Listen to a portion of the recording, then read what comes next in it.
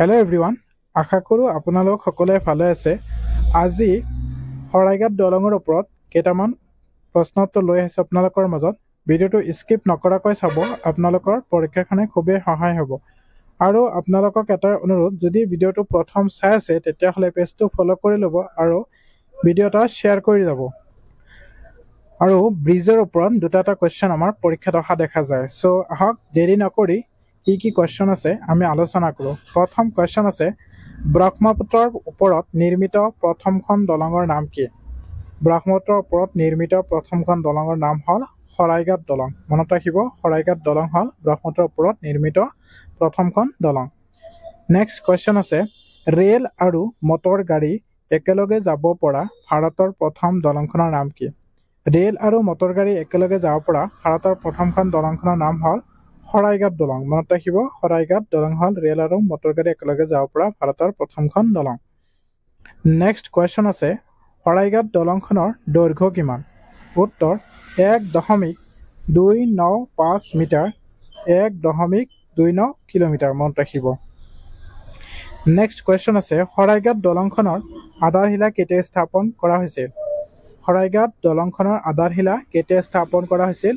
উত্তৰ 1960 চনৰ 10 জানুৱাৰীত দলংখনৰ আধাৰশিলা স্থাপন কৰা হৈছিল। মনত ৰাখিব। নেক্সট কুৱেশ্যন আছে, শৰাইঘাট দলংখনৰ ৰেলপথটো কেতিয়া মুকলি কৰা হয়? শৰাইঘাট দলংখনৰ ৰেলপথটো কেতিয়া মুকলি কৰা হয়? উত্তৰ 1962 চনৰ অক্টোবৰ মাহত শৰাইঘাট দলংখনৰ ৰেলপথটো মুকলি কৰা হয়। মনত ৰাখিব। নেক্সট কুৱেশ্যন আছে, শৰাইঘাট দলংখন আনুষ্ঠানিকভাৱে কেতিয়া মুকলি কৰা হয়? শৰাইঘাট দলংখন আনুষ্ঠানিকভাৱে কেতিয়া মুকলি কৰা হয়? উত্তৰ 1963 চনৰ 7 জুনত শৰাইঘাট দলংখন আনুষ্ঠানিকভাৱে মুকলি কৰা হয়। মনত ৰাখিব। নেক্সট কুৱেশ্যন আছে, শৰাইঘাট দলংখন আনুষ্ঠানিকভাৱে কোনে মুকলি কৰে? শৰাইঘাট দলংখন আনুষ্ঠানিকভাৱে কোনে মুকলি কৰে? উত্তৰ প্ৰধানমন্ত্ৰী জৱাহৰলাল নেহৰুৱে শৰাইঘাট দলংখন আনুষ্ঠানিকভাৱে মুকলি কৰে। প্ৰধানমন্ত্ৰী জৱাহৰলাল নেহৰুৱে শৰাইঘাট দলংখন আনুষ্ঠানিকভাৱে মুকলি কৰে। নেক্সট আছে, শৰাইঘাট দলংখনৰ ওপৰত থকা ৰাস্তা দুখনৰ বহল কিমান? আহিব পাৰে কুৱেশ্যনটো, মনত ৰাখিব, কেতিয়াবা সুধিব পাৰে। উত্তৰ, শৰাইঘাট দলঙৰ তলত ব্ৰডগজ ৰেল লাইন আৰু ওপৰত 7.3 মিটাৰ বহল ৰাস্তা তথা 1.8 মিটাৰ বহল দুটা পদপথ আছে। মনত ৰাখিব। নেক্সট কুৱেশ্যন আছে, শৰাইঘাট দলংখন নিৰ্মাণ কৰোঁতে কিমান টকা ব্যয় হৈছিল বা কিমান টকা খৰচ হৈছিল? শৰাইঘাট দলংখন নিৰ্মাণ কৰোঁতে কিমান টকা ব্যয় হৈছিল? উত্তৰ, দলঙৰ নিৰ্মাণৰ সৰ্বমুঠ ব্যয় 10 কোটি 65 লাখ টকা হৈছিল। মনত ৰাখিব, 10 কোটি 65 লাখ টকা খৰচ হৈছিল। নেক্সট কুৱেশ্যন আছে, শৰাইঘাট দলংখনে ক'ৰ পৰা ক'লৈকে সংযোগ কৰিছে? শৰাইঘাট দলংখনে ক'ৰ পৰা ক'লৈকে সংযোগ কৰিছে? উত্তৰ, শৰাইঘাট দলঙে ব্ৰহ্মপুত্ৰৰ দক্ষিণ পাৰৰ পাণ্ডুৰ লগত উত্তৰ পাৰৰ আমিনগাঁৱক সংযোগ কৰিছে। মনত ৰাখিব, আমিনগাঁৱক সংযোগ কৰিছে। নেক্সট কুৱেশ্যন আছে, দ্বিতীয় শৰাইঘাট দলংখন কেতিয়া মুকলি কৰা হয়? দ্বিতীয় শৰাইঘাট দলংখন কেতিয়া মুকলি কৰা হয়? উত্তৰ, 2017 চনৰ 28 জানুৱাৰীত দ্বিতীয় শৰাইঘাট দলংখন মুকলি কৰা হয়। মনত ৰাখিব, 2017 চনৰ 28 জানুৱাৰীত দ্বিতীয় শৰাইঘাট দলংখন মুকলি কৰা হয়।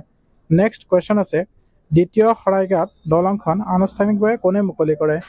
আনুষ্ঠানিকভাৱে কোনে মুকলি কৰে আপোনালোকে কমেণ্ট কৰি জনাব। দ্বিতীয় শৰাইঘাট দলংখন। নেক্সট কুৱেশ্যন আছে, দ্বিতীয় শৰাইঘাট দলংখন নিৰ্মাণৰ ব্যয় কিমান আছিল বা খৰচ কিমান আছিল? দ্বিতীয় শৰাইঘাট দলংখন নিৰ্মাণৰ ব্যয় কিমান আছিল? উত্তৰ, 475 কোটি টকা খৰচ হৈছিল বা ব্যয় হৈছিল দ্বিতীয় শৰাইঘাট দলং। নেক্সট কুৱেশ্যন আছে, দ্বিতীয় শৰাইঘাট দলংখন কিমান লেনযুক্ত দলং? দ্বিতীয় শৰাইঘাট দলংখন কিমান লেনযুক্ত দলং? আপোনালোকে এটা শ্বেয়াৰ কৰি দিব ভিডিঅ'টো অনুগ্ৰহ কৰি, আৰু পেজটো যদি ফ'ল' কৰা নাই ফ'ল' কৰি ল'ব। উত্তৰ, 3 লেনযুক্ত। মনত ৰাখিব, দ্বিতীয় শৰাইঘাট দলংখন 3 লেনযুক্ত। নেক্সট কুৱেশ্যন আছে, দ্বিতীয় শৰাইঘাট দলংখনৰ দৈৰ্ঘ্য কিমান? আহিব পাৰে, মনত ৰাখিব, দ্বিতীয় শৰাইঘাট দলংখনৰ দৈৰ্ঘ্য কিমান? উত্তৰ, দলংখনৰ দৈৰ্ঘ্য 1493.5 1.58 মিটাৰ প্ৰায় 1.5 কিলোমিটাৰ আৰু পদপথসহ প্ৰস্থ 13.875 মিটাৰ মনত ৰাখিব।